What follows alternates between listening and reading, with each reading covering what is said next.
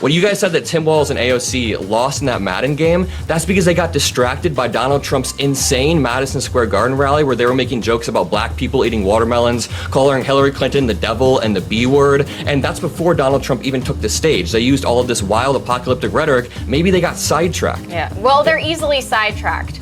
Even when in office and out of office, they're easily sidetracked. Okay, in fairness, it's actually really difficult to focus on a conversation and play video games at the same time. From my personal experience, chat knows when I'm playing a single player game, how much am I interacting with chat? Not very much.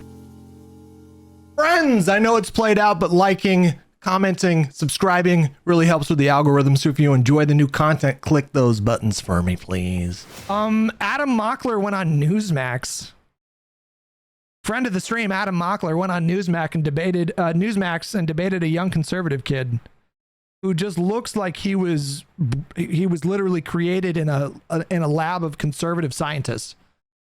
He's just got that look down. Why didn't he do that his first 4 years though? Why didn't he already do that? I can put the same question because back he was actually creating a foundation in 2018, the largest tax cut in modern American history. And he created such a good foundation that 92% of his advisors turned on him. All of his closest generals turned on him. He lost his vice president. I'll tell you who's another bulldog. This guy. Adam he is sharp. This man is sharp, okay? We went to the Trump rally in Milwaukee, and Josiah was like walking up to people and interviewing them and having like little arguments. I got really nervous. And then I look over at Adam, and he's just like, he is rocking it. He's just going around talking to anybody, getting in like heated debates, and he looks like he enjoyed it the whole time. He's really good in that kind of a setting, and he has a really good command of the facts. Like, he's got a lot going on up here. Yeah. Kind of person builds a foundation that they have to completely restart fresh their next administration? I mean, Brylan, can you tell me why Mike Pence isn't his VP anymore? Adam, I appreciate you asking the questions, but I'm going to take the reins back since we're the hosts. You guys are going to love this video. So I did a Gen Z debate on Newsmax this morning with the sole intention of spreading the word about VP Harris's policies and exposing Donald Trump's lack thereof. And I think that it worked. I mean, the host definitely cut me off. Courtney, thank you so much for 10 bucks. I love you. Thank you. But that's fine. I expected that. I still achieved my end goal of spreading the word about Kamala Harris's policies and showing Trump doesn't have any at all. There's even a moment where I ask Brylan, the kid that I'm debating, can you name me a single policy that Trump has heading into 2024? And he yaps for a minute, doesn't name a single policy. Then I ask him the question again. I want you to pay attention because I ask him the question again. Then the host jump in and save his ass by saying he already answered multiple Trump policies when he didn't. I've watched it 3 times and they gaslight me in real time. You know, it's a 10-minute interaction. I'll jump in later on in the video. Make sure you drop a like. Make sure you subscribe. Drop some hearts to boost this video for me, and let's jump in. What are these platforms? I'm going to look at his views and I'm just going to vomit. You guys have any idea how much money this kid is making? 7 hours ago, 214,000 views. 19 hours ago, 383,000 views. 20 hours ago, 169,000 views. 296,000 views. 146,000, 219,000, 1,537,955. What this kid makes in a single day, I swear to God, is like 10 times what I make all year. It makes me want to vomit. What have they been saying over or communicating over the last 30, 60, 90 days to people who consumes that information regarding the border, the economy, and so forth? What's actually coming across to you guys? Yeah, well, here's the thing. First of all, I like your suit. I wasn't talking about you in particular. But also, I want to respond to something Brylan said really quickly, because I was at Trump's Madison Square Garden rally. I go to these rallies, and I have very respectful conversations with Trump's biggest supporters. And there was one common theme among all of them, and it's that none of them can name a single economic policy from Trump. So when it comes to VP Harris, she has a housing plan for people like Brylan and I, first-time home buyers, so we get a tax incentive. When it comes to the child tax credit, a $6,000 child tax credit, not a giveaway, but an incentive for people to build families. Also an incentive for small businesses to start up with a tax deduction. And I don't know if this is loud, but I'd like to pose the question to Brylan. Can you name a single economic policy that Trump has for Gen Z? Just a single policy. Tariffs? Hello? Tariffs? Hello? Well, first, let me say to that, why hasn't she done it? Why has she not encouraged She's not the president? The president. Yeah, well, she has lunch with the president at least once a week, hopefully more than once a week, and she could be encouraging these policies. She hasn't done that. She's not Biden. She's been on an economic task force at the White House. We've seen none of this. She hasn't offered to fix the broken economy that her administration has put in place. But for the second thing on that, the policy that you're evading, that was her very first economic rollout, is this thing of price caps and price gouging when it comes to what we've seen at the gas stations. The last time that her plan was not what do you call it? Was it called price caps? No, that's not the word I'm looking for. Is that the word I'm looking for? Is that the term, price caps? She didn't propose price caps. You know who did? Donald Trump. What's the word I'm looking for, you guys? Donald Trump proposed a maximum interest rate for credit cards, which is just completely antithetical to conservative economic policy. That was implemented was by Jimmy Carter, who is arguably one of the most failed presidents in history. Price fixing? No, that's not the word I'm looking for. There's another word. I can't think of it right now. No, they were trying to take on price gouging. That's not what we're talking about. In his time in office, when he did that, price controls. I think that's what I think that's what I'm looking for. We saw long lines at the gas pumps. Our parents and grandparents. Has Hudge talked about the Kamala Rogan tweet yet? We did. No, I didn't. But this is like really silly to me. So first of all, he says in his tweet, since there's an issue with searching for this episode on YouTube, here is the full podcast with Trump. First of all, Joe Rogan, what issue are you talking about? Joe Rogan Trump. I'm going to look it up on YouTube. Literally the first thing that pops up. It has nearly 40 million views. What is he talking about? He gets Facebooked more than like boomers, man. He'll get, I'm sure he's looking at his replies, and I'm sure a bunch of his like sycophant followers are trying to convince him that his video is being suppressed or something like that. Also, for the record, the Harris campaign has not passed on doing the podcast. They offered a date for Tuesday, today, where she's in DC, but I would have had to travel to her, and they only wanted to do an hour. I strongly feel the best way to do it is in the studio in Austin. My sincere wish is to just have a nice conversation and get to know her as a human being. I really hope we can make it happen. What an unbelievable diva. Are you kidding me? Are you kidding me? The vice president and presidential nominee for a major political party agreed to an hour conversation with you as long as you travel to her while she's in the middle of the last week of the campaign, and you said no? I'm sorry. I don't understand that logic at all. Are you kidding me? Like, why would you not go?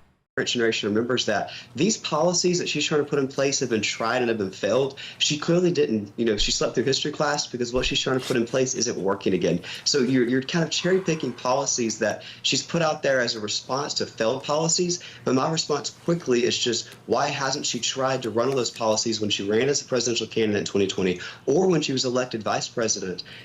We need to start a GoFundMe to get this kid like a civics lesson, just a basic civics lesson. The vice president doesn't determine policy. They can be influential, but they do not determine policy. Everybody knows this. It's a stupid line of attack, but whatever. It's pretty disappointing to see that.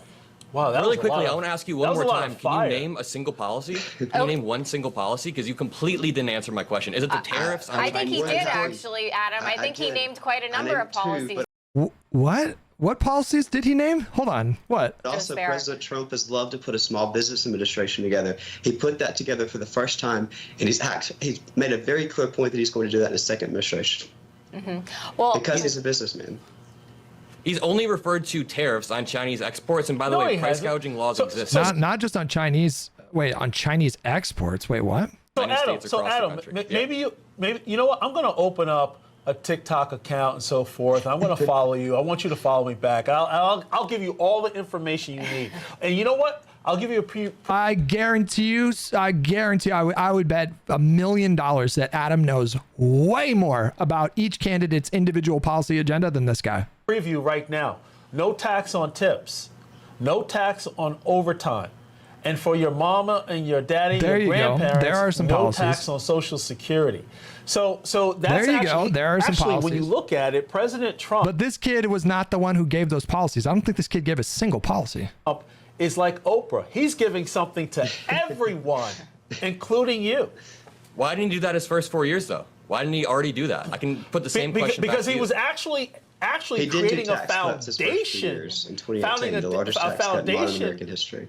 And He more created such a people good went to foundation work. that 92% of his advisors turned on him. All of his closest generals turned on him. He lost his vice president. What kind of person builds a foundation that they have to completely restart fresh their next administration? I mean, Brylan, can you tell me why Mike Pence isn't his VP anymore? Adam, I appreciate you asking. Dude, why are these hosts bailing out this young conservative? He's not a little baby.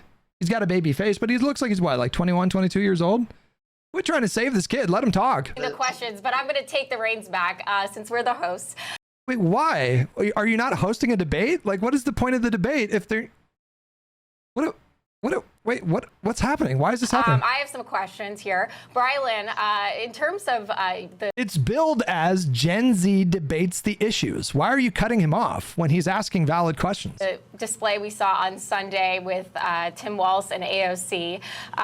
What do you make of their back and forth on Twitch with Tim Walz saying that AOC could potentially be the Speaker of the House? Not to mention the fact that I wouldn't rule that out. Like, I think she has a ways to go. She's still quite young. Give her a couple decades in DC. I wouldn't rule that out. I think the future is way more progressive,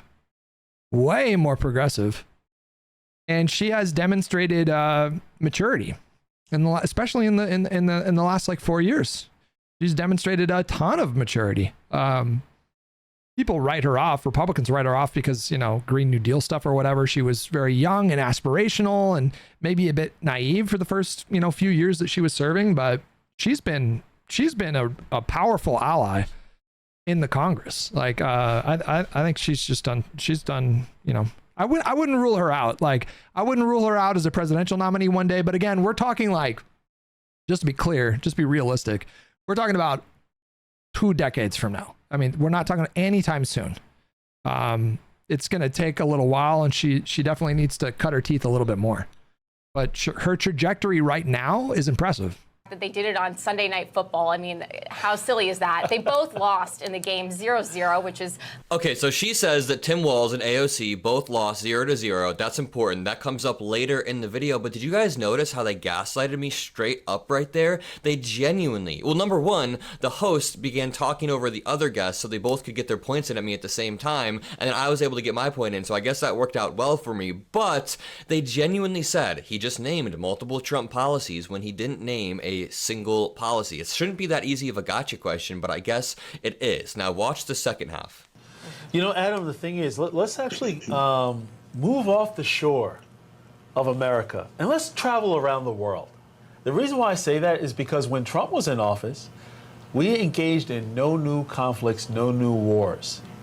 Under the current administration, one of which actually wants to receive a promotion to be president, under their collective watch, Biden and Harris, we're seeing conflict in the Middle East. I call it war, but you know, they haven't officially declared war. And then you have Russia and Ukraine, and then you have China actually threatening Taiwan, and so many other things that are going on in the world. So how is that coming across Twitch and all these other social media platforms? And what are Gen Z, actually, how do they view it? How are they digesting the information and forming their opinions? Yeah, listen, Putin went into Crimea in 2014 under Obama, and Obama should have been stronger, but then Trump had 4 years to take action. He did nothing. And then after the fact, now Donald Trump plays buddy-buddy with Putin, and his peace deal necessitates ceding Ukrainian land, which kicks the can down the road to another administration. And if Donald Trump cedes Ukrainian land, that in turn emboldens people like Xi Jinping to look at Taiwan and say, hey, if I go on a land grab, I can probably get a little bit of ground. Look at, they let Vlad get a little bit of land. And I want to back up for a second, because you guys said that Tim Walz and AOC completely lost their Madden video Adam. game. You a moment ago. No, I'm not going to let him talk. I'm going to actually direct him back to my question. I was trying to, yeah. Because you actually accused Brylan of not answering the question. You sound No, I like did answer Kamala. there. Yeah, you for sure I like answered there. No, you sound like Kamala Harris. I'm asking, what does Gen Z think about Biden and Harris handling or lack thereof of? Gen Z is overwhelmingly supportive of Kamala. I believe, I mean, I think we'll see, I'm predicting we're going to see more turnout, like a higher percentage of Gen Z voters go for Kamala than they did for Biden. And the swing towards Biden for young voters and then the swing towards Democrats in the 2022 midterms were really impressive with young voters. I think we're going to see bigger numbers now. I think young, like Gen Z voters are way more enthusiastic to vote for Kamala than Biden. All these conflicts around the world, and you pivoted to Trump, and he's not in office. What do they think of Biden's handling? I think Gen Z has a diverse amount of views. You can't categorize them all into one group. So if you go on social media, it seems like a lot of Gen Zers are unhappy with the Biden administration's handling of the situation in Israel and Palestine. But if you actually poll Gen Zers, that's not very representative of us. A lot of us care more about the economy and care about housing than foreign policy. True, accurate, based, correct? So don't get confused with TikTok and Twitter. It seems like Gen Z has an outsized representation of people who care about Palestine on those platforms. So I'd say largely foreign policy is not something we care about, but we'd much rather have somebody stable in office. It's not that they don't care about it, it's that they prioritize other things well above foreign policy. Not Donald Trump. And I do want to say, can I just answer this really quickly? When you guys said that Tim Walz and AOC lost in that Madden game, that's because they got distracted by Donald Trump's insane Madison Square Garden rally where they were making jokes about black people eating watermelons, calling Hillary Clinton the devil and the B word. And that's before Donald Trump even took the stage. They used all of this wild apocalyptic rhetoric. Maybe they got sidetracked. Yeah, well, they're easily sidetracked. Even when in office and out of office, they're easily sidetracked. Okay. In fairness, it's actually really difficult to focus on a conversation and play video games at the same time. From my personal experience, chat knows when I'm playing a single player game, how much am I interacting with chat? Not very much. By the racist lack jokes, of messaging, by the lack of policy, by the lack of vision. Braylon, in your opinion, what is Gen Z? They're focused on Jay-Z. They should be focused. Sounds like you're distracted, ma'am. Focused on the economy. What is Gen Z focused? Probably by Adam Mockler's remarkably large Adam's apple. I didn't even notice this before. I mean, look at this. Jesus Christ. This is a masculine specimen right here. It's very distracting. On right now. And then notice the disparity between the questions they're asking me. They took a side tangent just to ask me about foreign policy, and then he wanted to press me even further and say that I didn't answer the question, and the producer in his ear said, let him answer. He said, no, I'm not going to let him answer. And then it goes back to Brylan, and they're like, so, what's your favorite color, man? What's Gen Z's favorite color? It is genuinely hilarious how much these Newsmax hosts are trying to bail out this other young conservative kid. This is pretty hilarious. Broadly, but you know what? That is the exact reason I went on Newsmax. I knew that it would be like that, and I enjoyed it. I enjoyed it a lot because I enjoy adversarial and yeah, this is one of the rare opportunities in life where you get to say Adam's apple. Like, how often do you get to say that in a sentence and it makes sense? Environments. And I think, and I truly do believe in Pete Buttigieg's philosophy that it's not a waste of time to try to reach people who are misled, to reach Newsmax watchers who just never hear this information. I already know a lot of people in the comments are going to be saying, Adam, you wasted your time. Adam, why would you ever do this? Well, number one, it only took me about 10 minutes. And number two, I got to speak to people who would never hear these facts otherwise. And now I get to put this video on my platform and further spread the word about VP Harris. I'm going to post it on TikTok. I'm going to post it on Instagram. I'm going to make sure that VP Harris's policies from this He's going to get so viral. Interview gets spread. So if you guys appreciate what I do, drop a like, subscribe, have a great rest of your day, and peace out. Bro, this kid is just crushing it right now. I mean, he's just like very, very successful, but he's just really good at this, you know. Really, really, really good at this, I would say.